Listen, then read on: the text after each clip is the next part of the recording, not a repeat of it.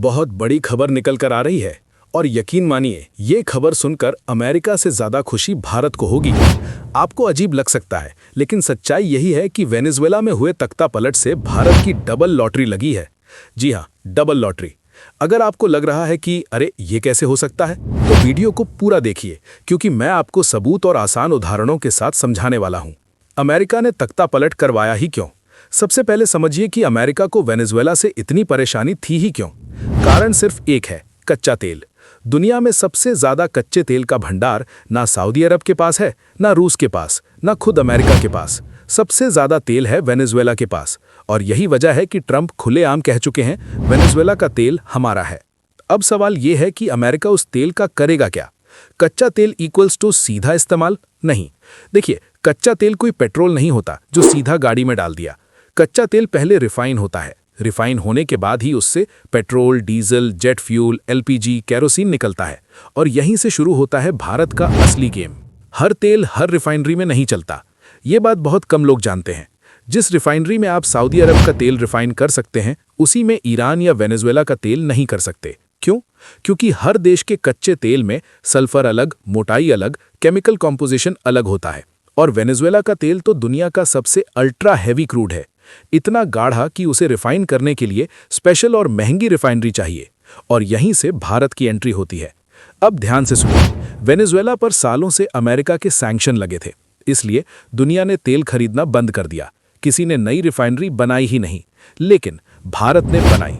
भारत ने technology develop की, और आज सच्चाई ये है कि पंडित, भारत वेनेजुएला का करीब 30 लाख बैरल प्रतिदिन कच्चा तेल रिफाइन कर सकता है। नंबर 2 पर खुद वेनेजुएला है, सिर्फ 8 लाख बैरल। अमेरिका 2 से 3 लाख बैरल के आसपास। यानी भारत अकेला बैठा है गेम के टॉप पर। बिना भारत के अमेरिका फंसा हुआ है। अब सोचिए, अगर अमेरिका वेनेजुएला से तेल निकाले तो उसे रिफाइन कौन करेगा? अमेरिका नहीं, यूरोप नहीं, भारत। यानी तेल निकलेगा वेनेजुएला से, रिफाइन होगा भारत में, और बिकेगा पूरी दुनिया में। मुनाफा भारत मोटा काटेगा। और अगर आपको लग रहा है कि ये बात भारत के लिए इतनी बड़ी जीत है, और यहीं पर एक बहुत जरूरी सवाल उठता है कि अगर भारत इतना बड़ा फायदा कमा रहा है, तो क्या दुनिया की बड़ी ताकतें भारत को चुपचाप खेलने देंगी? क्या आने वाले महीनों में भारत पर दबाव नहीं बढ़ेगा? टैरिफ, धमकी या डिप्लोमैटिक प्रेशर? क्योंकि जब भी कोई देश एनर्जी गेम में आगे निकलता है, तो उसे रोकने की कोशिश जरूर होती है। तो भाई, मनोरंजन वाली वीडियो पर तो लाखों लाइक आते हैं, लेकिन ऐसी देश की ताकत दिखाने वाली वीडियो पर आपका एक लाइक बनता है। लाइक जरूर करिए। दूसरी लॉटरी, फंसा हुआ पैसा। अब दूसरी लॉटरी समझिए। कुछ साल पहले भारत ने वेनेजुएला के ऑयल सेक्टर में अरबों डॉलर इन्वेस्ट किए थे, लेकिन सैंक्शन की वजह से काम रुका, पैसा फंस गया।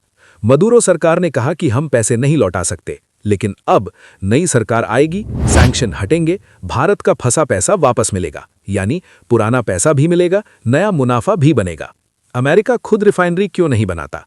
अब सवाल उठता है कि अमेरिका खुद रिफाइनरी क्यों नहीं बना लेता?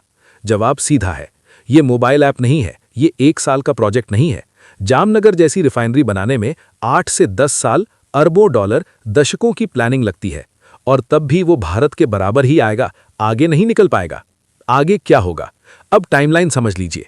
30 दिन में चुनाव, नई प्रो अमेरिका सरकार, सैंक्शन हटेंगे, 4 से 6 महीने में तेल मार्केट में, और जैसे ही वेनेजुएला का तेल आया, रूस का तेल साइडलाइन, भारत के पास सस्ते ऑप्शन, भारत बनेगा असली एनर्जी प्लेयर। अब सवाल आपसे, क्या ये सब देखकर आपको लगता है कि भारत चुपचाप फायदे उठाने वाला देश है, या फिर ग्लोबल एनर्जी गेम का साइलेंट मास्टर? कमेंट में जरूर बताइए। वीडियो पसंद आई हो तो लाइक करें, और ऐसे ही डीप एनालिसिस के लिए चैनल को सब्सक्राइब जरूर करें।